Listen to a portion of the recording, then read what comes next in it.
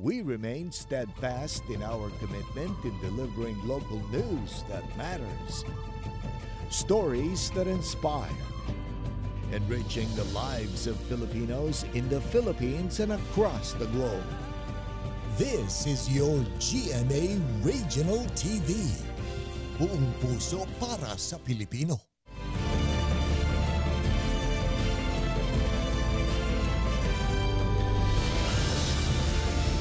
Ito ang GMA Regional TV 1 North Central Luzon. Masantos yang aram na imbag gamale maya pagat panapon kapuso. Narito na ang One North Central Luzon. Hatid namin ang mga pinakamalaki at pinakahuling balita sa Hilaga at Gitnang Luzon. Live mula rito sa GMA Dagupan Station. Ako po si Chris Zuniga. Mga kapuso, sumalubong sa mga consumer sa pagpasok ng bagong taon ang mahigit sa 3 piso na taas presyo sa kada kilo ng LPG. Alamin sa ulat ni Claire Lacanilaw. Sinalubong ng taas presyo sa liquefied petroleum gas o LPG ang mga consumer sa pagpasok ng bagong taon. 3 pesos and 40 centavos ang itinaas sa kada kilo ng LPG. Ang ilang negosyante, kanya-kanyang diskarte sa pagtitipid ng LPG. Tataasan din namin ng konti yung presyo ng paninda namin para mabawi din namin yung May mga nabibigla na customer kasi from 891 discounted price namin, ngayon 928 na. So, mataas yung pagtaas niya. Ayon sa OIMB-DOE, nagkaroon ng taas presyo sa LPG dahil tumaas din ang contract price nito sa pandaigdigang merkado. Yung contract price ng Saudi Aramco, tumaas siya kumpara nung Disyembre. So, kadahilanan, bukod sa may premium yung pagbili ng produktong LPG, meron ding karagdagang cost yung freight. Samantala, nagpatupad ng bawas presyo sa produktong petrolyo ngayong araw, January 2. 35 centavos ang ibinaba sa kada litro ng diesel, 10 centavos ang kaltas sa kada litro ng gasolina, at 1 peso and 40 centavos naman ang bawas presyo sa kada litro ng kerosene. Nagkaroon din ng US-led task force to counter yung Houthi attack nga sa Red Sea. But sa iba, para security reason, state na talagang umiikot sila sa part ng Africa. Tapos isa pang reason naman sa pagbabas, yung build-up ng inventory ng United States. Hindi ganun kadami yung nakonsumo nila. Kasama si Daryl Peralta, Claire Lacanilaw, 1 North Central Luzon.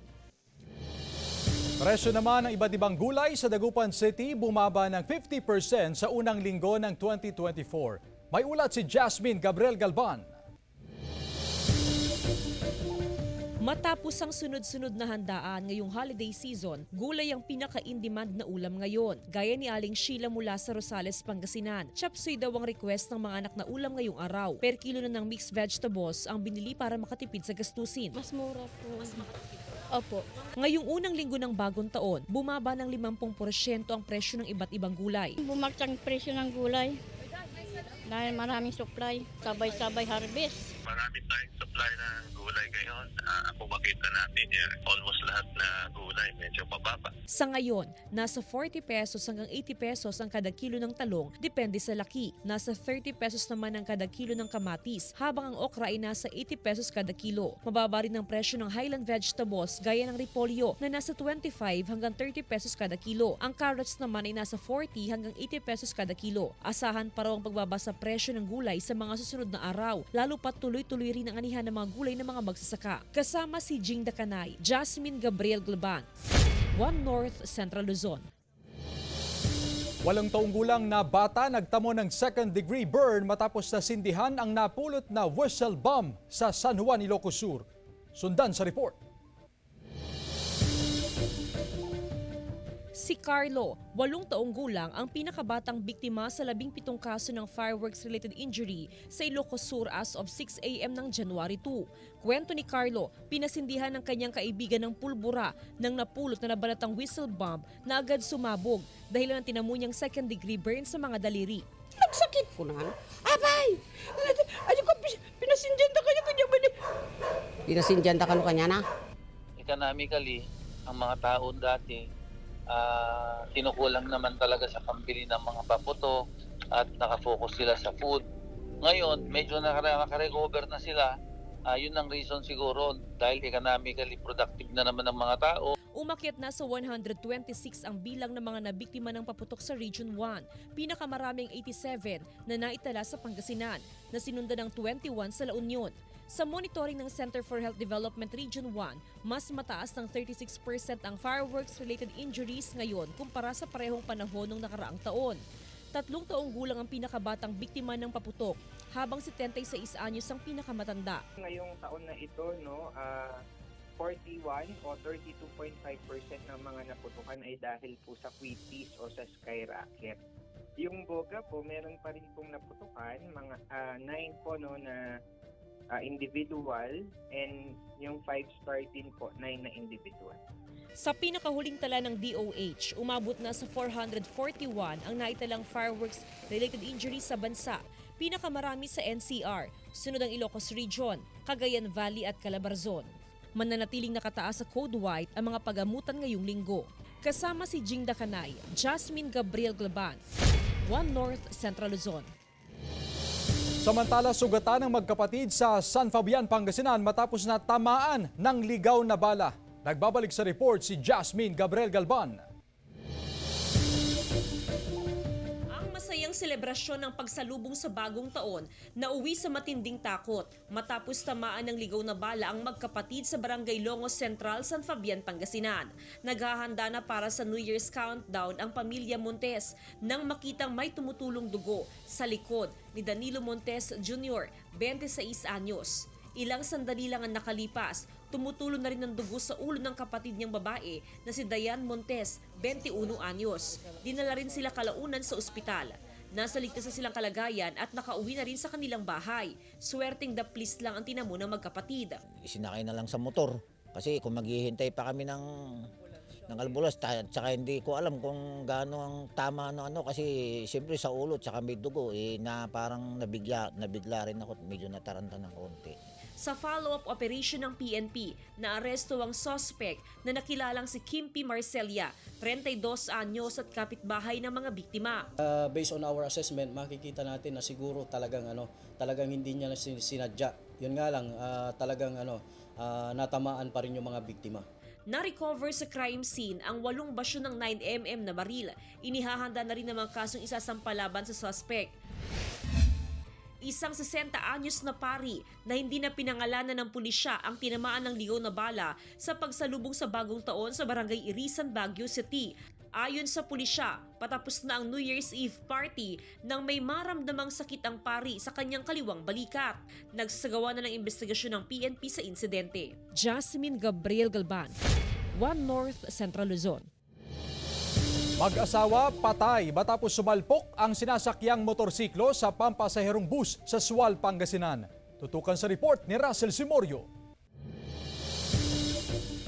Nasawi ang mag-asawang Nelson Donato Sr. at Elizabeth Donato matapos sumalpok ang sinasakyang motorsiklo sa isang pampasaherong bus sa bahagi ng Barangay Paitan East, Sual, Pangasinan.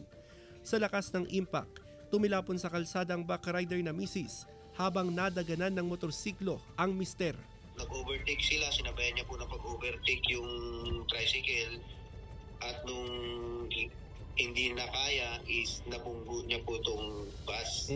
Talagang mamamatay ho sila kasi wala ho silang mga protective gears, hindi ho sila naka-helmet. Sinampahan na ng kaso ang driver ng bus. Pinilit niya pong ikabig sa kanan pero sa kasamaang palad ho sir, talagang nahagip pa rin ho siya ng motor sir. Wala pang pahayag ang pamilya ng mag-asawang biktima. Patay rin ng 63 anyos na si Domingo Dani Romero matapos sumemplang ang minamanehong motorsiklo sa National Highway na bahagi ng Barangay Salay, Mangaldan, Pangasinan. Nagtamo ng matinding sugat sa ulo at katawan ng biktima. May punta na lang po kay mama ko. Tulog po kasi ako noong time na yun. May punta na lang kay mama ko tapos na-disgrasya si papa.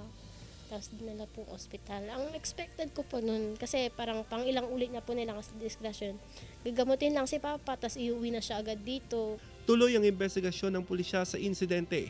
Paalala ng otoridad na mag-ingat sa pagmamaneho sa lahat ng pagkakataon para makaiwas sa aksidente. Kasama si Henry Domencil, Russell Simorio, One North Central Luzon. Daang-daang residente naman sa Dingras, Ilocos Norte pinagsaluhan ang pritong insekto sa isang budol fight. Tungkol yan sa report ni Gab De Luna. Ipinagdiwang ang Abaling Festival sa Barangay Lumbad, Dingras, Ilocos Norte. Ang abaling ay isang beetle worm na matatagpuan sa ilalim ng lupa tuwing bare months. Nagiging abal-abal o June beetle ito pagkalipas ng ilang buwan, pero nadiskubreng pwede pala itong kainin. Parang peste sa mga magsasaka dahil nasisira yung mga pananim. Pero nung na ginawa nilang delicacy, napakaganda palang gawing pagkakitaan ng tao. Kaya yun, sumikat ng sumikat. Kaya ginawa naming Abaling Festival. Mahigit 500 residente ang nagsalo-salo sa budol fight. Ang main dish, fried abaling. Crispy at malasa raw ito. Ginawan din ng spicy version. Masarap din daw na pulutan. Naisipan namin dahil nga last year, punong-puno kami dyan sa basketball court. Kaya sabi ng kapitan namin, i-stretch namin dito sa highway. So nagpatulong kami sa PNP. Na maganda naman, mas marami yung mga dumalo ngayon kaysa sa mga nakaraang taon. Samantala muling nagpasaya ang mga makikisig sa pagsalubong ng bagong taon para sa taunang selebrasyon ng Aguman Sanduk Festival sa Minalin, Pampanga. Ang mga kalalakihan mula sa 15 barangay nag-transform at rumampa bilang mga kababaihan. Ayon sa kasaysayan, ang pagbibihis babae umano ang naisip na paraan ng mga lalaki para aliwin ang mga kababayan pagkatapos itong tamaan ng tagutom o tagtuyot noong mga panahong iyon. Aguman Sanduk is part of our tradition and preservation of our culture. Ini-enhance pa namin. Yes, diba? At least mamumulat yung mga bata ngayon na ito pala at dalhin nila. Ang sandok ay simbolo ng masaganang pagkain sa buong bayan. Bukod sa street dance, pagandahan din ng mga float ang mga partisipante at nagpasiklaban para sa reyna ng sandok ang mga punong barangay. Gab De Luna, One North Central Luzon. Ito ang GMA Regional TV 1 North Central Luzon.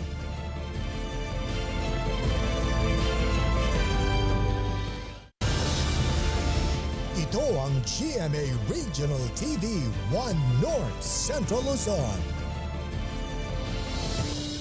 Nararanasan ang dagsa ng mga biyahero sa ilang bus terminal sa Dagupan City. Yan ang tinutukan live ni Jasmine Gabriel Galban. Jasmine? Chris, sa mga oras na ito, dagsa pa rin yung mga pasaherong uuwi sa NCR, ganun din sa iba't ibang mga probinsya. Pila-pila at siksikan ang mga pasahero sa ilang bus terminal sa Dagupan City. Karamihan sa mga pasahero, pabalik ng Maynila. Mahirapan po, dapat maaga yung alis mo talaga. Ang problema, pagdating ko ng terminal, walang bus, walang schedule, basta lang daw may dumating na bus na nakaparada. Ayun, habulan na ng pag-akyat. Bukas pa magbabalik trabaho si Aling Eliza, pero bumiyahe na ngayong araw. Na-experience ko kasi before kada umuwi kami, talaga mahihirapan kami pagka makipagsabayan ka talaga. Tuloy-tuloy ang pag-alis ng mga bus. Hindi na sinusunod ang 30 minutes to 1 hour na trip interval. Tiniyak ng pamunuan ng mga bus company na sapat ang bilang ng bus at kondisyon din ng mga driver na babiyahe. Panawagan ng pamunuan ng bus company na mainam kung dumiretso na lang sa mga terminal ang mga pasahero dahil magiging pahirapan ng pagsakay ng mga chance passenger o ang mga nag-aabang ng masasakyan sa gilid ng kalsada. Mas maganda po sa dito kasi dito pa lang minsan napupunuan na. Bale, pagkatapos maisakay yung mga may ticket na nag-advance, kapag may bakante, doon maisasakay yung mga chance passenger. Nakaantabay ang PNP sa mga bus terminal upang matiyak ang kaligtasan ng mga pasahero. Pinaasahan po natin ang pagdagsa po ng ating mga kababayan sa mga bus terminal, sa mga daan. Kaya naman po nakaantabay po ang ating mga kapulisan. Nandiyan po sila sa kasadahan. At alis na po yan. Waiting bus pa tayo, yung bus na tumayo po sa bus. Chris, ayon sa management ng iba't ibang bus companies, expected raw na hanggang mamayang gabi ay mas marami pang pasahero ang uuwi sa iba't ibang probinsya, partikular sa NCR. Sa ngayon, Chris, humihingi ng pangunawa ang management ng iba't ibang bus companies doon sa mga delayed na biyahe sa kadahilanan, Chris, na naaantala yung pagdating ng mga bus units dito sa Dagupan City dahil na rin sa matinding traffic sa bahagi naman ng Eastern Pangasinan at maging sa may Central Luzon. Chris? Maraming salamat, Jasmine Gabriel Galban. Sa ibang balita, mahigit sa 500 hektarya ng palayan sa Mangaldan, Pangasinan hindi nataniman dahil sa problema sa patubig. Sudan sa ulat ni Russell Simorio.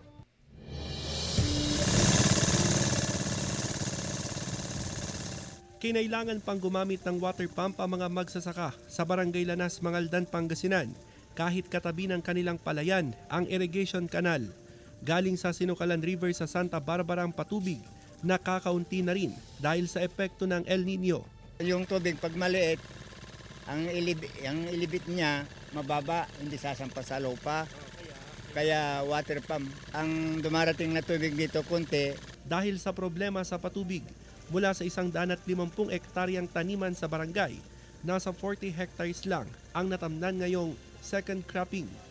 Hindi na nagtanim ang maraming magsasaka sa pangambang malugi. 25 na tao ang nagsikang crop. Dati lahat nasisikang cropan hanggang doon sa Ngayon hindi na kasi ang tubig, kulang ang tubig na supply . Ayon sa Municipal Agriculture Office, 1,266 hektaryang sakahan lang sa bayan ang natamnan ngayong dry season. Mahigit 500 hektarya ang hindi natamnan. Marami kasing sakahan sa bayan ang walang direktang access sa irrigation canal. Pag dry season, sir, yun lang po ang nakaprogram sa atin kasi po yung iba ay wala po silang irrigation. Hindi sila nadadaloyan ng irrigation. Inaasahan na ng LGU ang mababang rice production sa umpisa ng anihan sa Marso. Meron daw buffer stock ng hybrid seeds sakaling interesado ang mga magsasaka na bumalik sa pagtatanim ng palay. Kasama si Henry Domencil, Russell Simorio, One North Central Luzon. Tinupok ng apoy ang isang storage facility na naglalaman ng mga bentang souvenirs sa Basco, Batanes. May lawak na 144 square meters ang storage facility at tinatayang mahigit sa 4 million pesos ang naitalang pinsala sa sunog. Nagbayanihan ng mga residente upang mabilis na maapula ang apoy. Umabot sa 1 oras bago naapula ang sunog. Wala naman pong nasugatan o kaya injured. Walang namatay na, walang nadami ng properties. 86 anyos na pinakamatandang tricycle driver sa Vigan City nasawi matapos na aksidenteng mahulog sa ginagawang kanal. Narito ang report. December 26, nasangkot sa aksidente ang tricycle driver na si Lolo Federico Valenzuela, 86 anyos, sa isang intersection sa Vigan City. Sa CCTV footage ng Barangay 3, bandang alas 10 ng umaga, sunod-sunod ang pagdaan ng maraming sasakyan hanggang sa makikita ang tricycle ni Lolo Federico na dire-diretso sa ginagawang drainage system.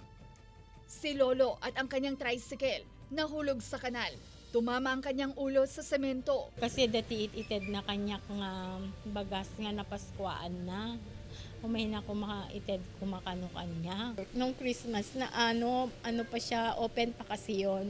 So hindi niya siguro napansin noong 26 na butas na pala yun. Kaya dumiretso siya doon. Makaulit umanong ni-revive sa ospital si Lolo Federico at inilipat sa ibang paggamutan. Kasi na po Diyos ako metidaran na although adugaminti sugat di ulo na. Gayunman, December 29, binawian ng buhay si Lolo. Wala pang pahayag ang Vigan City Police tungkol sa insidente. Tumanggi rin mabigay ng pahayag ang Vigan City Engineering Office. Isang kinatawan daw ng kontraktor ng proyekto ang lumapit na sa pamilya para sa pangakong tulong. Nilagyan na ng signages ang ginagawang proyekto. Si Lolo Federico, ang pinakamatandang tricycle driver ng Vigan City at minsan nang itinampok sa One North Central Luzon noong Disyembre, kung saan ilang mabubuting loob ang nag-abot ng maagang pamasko sa kanya. Kasama si George Benson, Ivy Hernando, One North Central Luzon. Samantala mga kapuso, mas marami pang sinihan ang pwedeng puntahan upang panoorin ang Best Picture ng 49th Metro Manila Film Festival na Firefly. Sa unang araw ng 2024, mapapanood ang Firefly sa Robinsons Calasiao sa Pangasinan, Santiago sa Isabela at sa Ilocos Norte. Ano pang hinihintay nyo mga kapuso? Nood na at sama-sama nating hanapin ang isla ng mga alitaptap. Ito ang GMA Regional TV 1 North Central Luzon.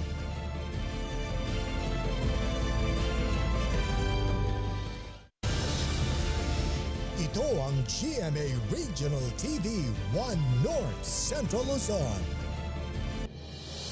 Volume ng basura sa Calasiao, Pangasinan tumaas ng 30% sa pagsalubong sa bagong taon ayon sa Menro. Naka-alerto si Claire Lacanilaw. Sa mga larawan na kuha mismo ng Calasiao Market Division, makikita ang tambak ng mga basura sa pamilihang bayan. Kuha ang mga larawan kahapon na unang araw ng bagong taon. Nilinis agad ng mga kawani ng Market Division ang mga basura. Napakadami talaga na tayong mga nakukuhang basura dito sa ating public market. Talagang hindi natin talaga yun mapipigilan at saka yun ang pagkakataon ng ating mga vendors, ng mga stall owners na makabenta naman sila sa holiday season. Ayon sa Calasiao Municipal Environment and Natural Resources Office, tumaas ng 30% ang volume ng mga basura na nakolekta sa pagpasok ng bagong taon. Umabot sa 108 cubic meters ang garbage collection noong December 2023 kumpara sa 94 cubic meters na nakolekta sa parehong buwan noong nakaraang taon. Expected na yan na pagdating ng mga ganitong Christmas and New Year, magdodoble or magtitriple ang volume ng basura, especially sa poblasyon sa palengke. Sa ngayon, pagkatapos ng New Year, delayed lang ang collection ng basura pero manageable po naman. Kasama si Daryl Peralta, Claire Lacanilaw, 1 North Central Luzon.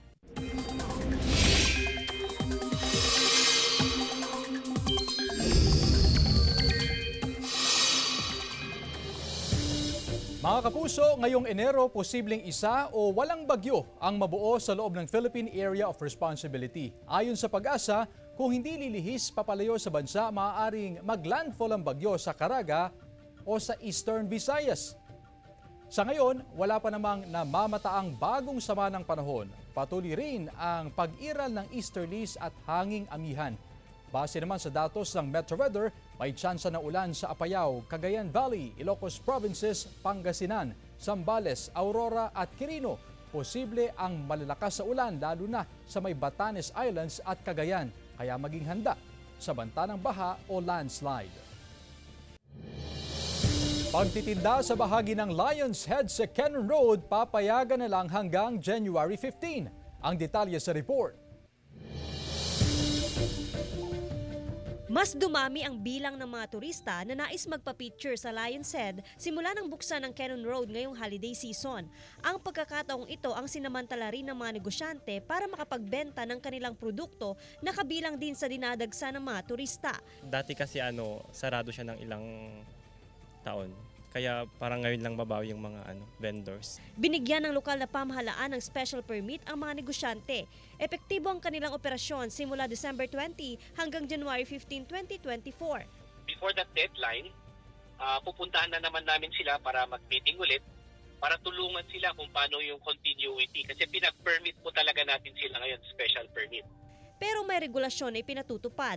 Nilimitahan lamang ang bilang ng mga magbebenta at tanging mga residente lamang din ng lungsod ang pinayagang magpatayo ng stall sa lugar. Better for them kung limited ang vendors na maiaalaw.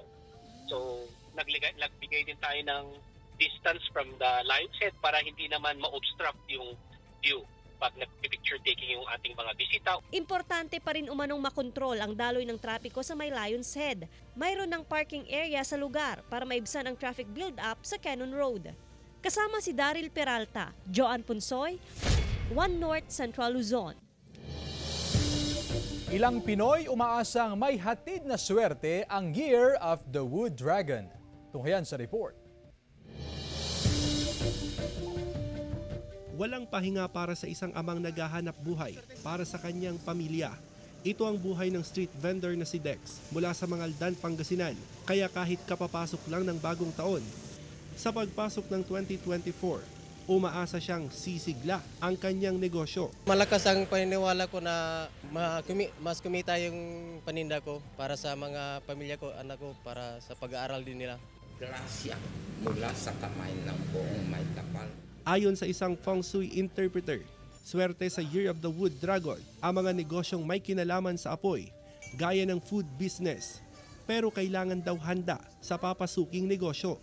Swerte raw ngayong taon ang mga ipinanganak sa taong 1928, 1940, 1952, 1964, 1976, 1988, 2000, 2012 at 2024. Swerte rin ba sa love life? Ang zodiac sign ng basta hindi kontra sa kanilang zodiac sign. Iwasan nila ang kanyang kontra ng zodiac sign. Yun ang hindi maganda. The rest is okay. Pero ayon kay Kimte, maituturing na double dragon ang taong 2024. Hindi raw maganda ang taon na ito para sa politika. Mayroon disaster at hindi pag-uunawa ng ating politika. Kaya magkakaroon ng, kung hindi sila magiging patient. Dagdag ni Kimte, green ang lucky color batay sa Chinese zodiac calendar. Pero ipinaalala ni Kimte na nasa kamay pa rin natin ang totoong swerte, lalo na kung magsusumikap at determinado sa buhay. Kasama si Henry Domencil, Russell Simorio, One North Central Luzon.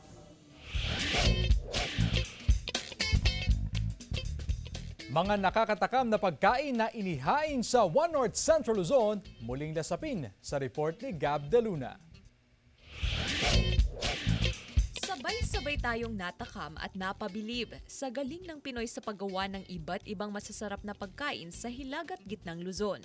Tara na't magbalik tanaw at muling lasapin ang mga natatanging recipe na itinampok sa One North Central Luzon. Mula sa kakaibang minatamis tulad ng iceless halo-halo ng Bawang La Union, kung saan imbes na ice cream ang pangunahing sangkap. Unang tingin pa lang, tiyak solve ang cravings sa malamig at kremang halo-halo.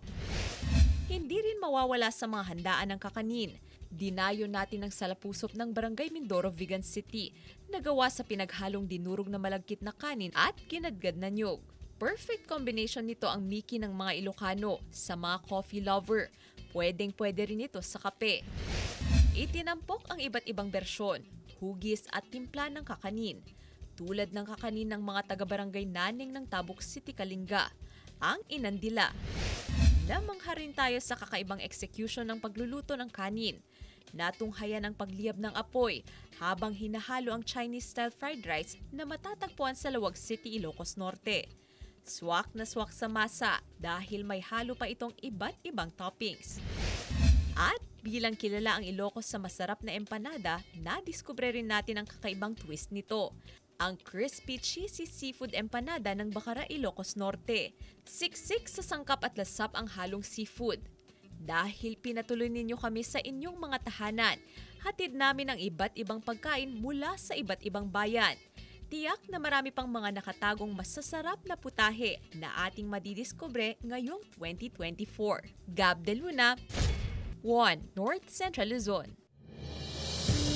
Samantala, mapapanood niyo po ang episode na ito at iba pang pinakahuling lokal na balita sa official website ng GMA Regional TV, www.gmaregionaltv.com.